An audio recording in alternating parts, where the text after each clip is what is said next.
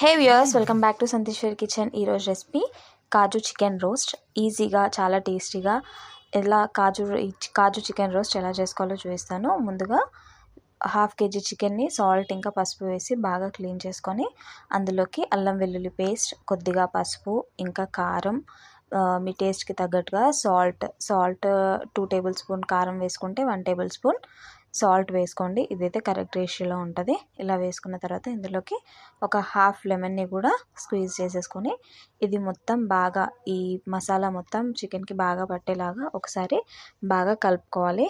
ఇలా కలుపుకున్న తర్వాత ఇందులోకి ఒక 1 మీడియం సైజ్ ఆనియన్ని కట్ చేసి బాగా ఫ్రై చేసుకోవాలి. అదే ఫ్రైడ్ ఆనియన్స్ చేసుకుంటాం కదా, ఒక మీడియం సైజ్ ఆనియన్ తీసుకొని అలా ఫ్రైడ్ ఆనియన్ లాగా చేసేసుకొని ఈ ఆనియన్ని కూడా మొత్తం చికెన్లో బాగా కలిసిపోయేలాగా మొత్తం కలిపేసుకొని దీన్ని పక్కన పెట్టి మ్యారినేట్ చేసుకోవాలి.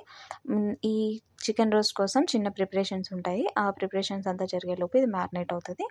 ఇప్పుడు స్టవ్ ఆన్ చేసుకొని ప్యాన్ పెట్టి దీంట్లో మనం చికెన్ రోస్ట్కి కావాల్సిన మసాలా ప్రిపేర్ చేసుకుందాం.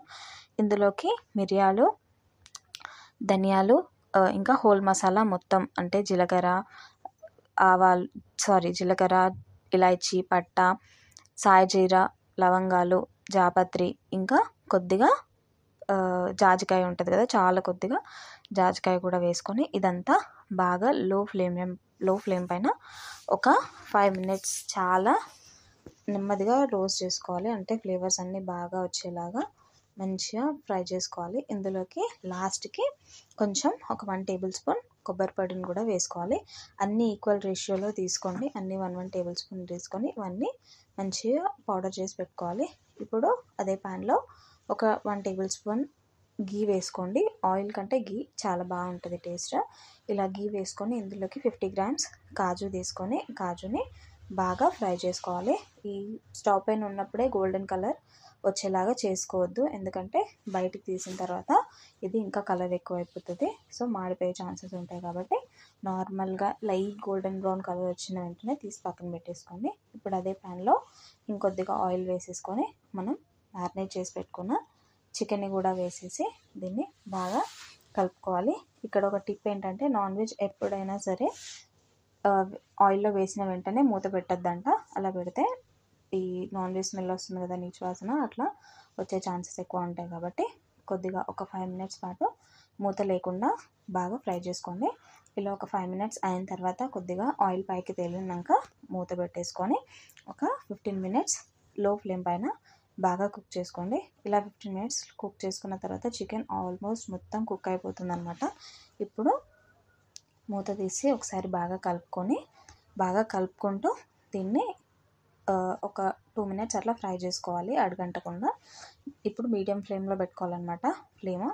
ఇప్పుడు మనం రెడీ చేసి పెట్టుకున్న మసాలా ఉంది కదా, బిర్యానీ మసాలా లాగా, సో ఆ మసాలా ఒక 1.5 టేబుల్ స్పూన్ మసాలా కూడా వేసేసుకొని మసాలా వేసుకున్న తర్వాత ఎక్కువసేపు మనం దీన్ని స్టవ్ పైన పెట్టద్దు, మాడిపోతుంది. సో ఇది అడుగంటకుండానే లో ఫ్లేమ్ పైన కొద్దిగా బాగా కలుపుకోవాలి.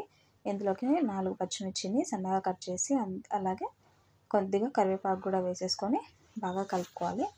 ఇలా ఇది బాగా మిక్స్ అయిన తర్వాత ఇందులోకి లాస్ట్ అండ్ ఫైనల్ మనం గీలో ఫ్రై చేసి పెట్టుకున్న కాజు ఉంది కదా, ఆ కాజుని కూడా మొత్తం ఇందులో వేసి ఒకసారి బాగా కలిపి వేడివేడిగా సర్వ్ చేసుకుంటే ది బెస్ట్ చికెన్ రోస్ట్ అయితే రెడీ అయిపోతుంది. ఇది అన్నంలోకి, చపాతీలోకి మాత్రమే కాకుండా డైరెక్ట్గా తినడానికి స్టార్టర్ లాగా కూడా చాలా చాలా బాగుంటుంది. తప్పకుండా అందరూ ట్రై చేయండి. ఇలా ఎలా వచ్చిందో కమెంట్ చేయండి.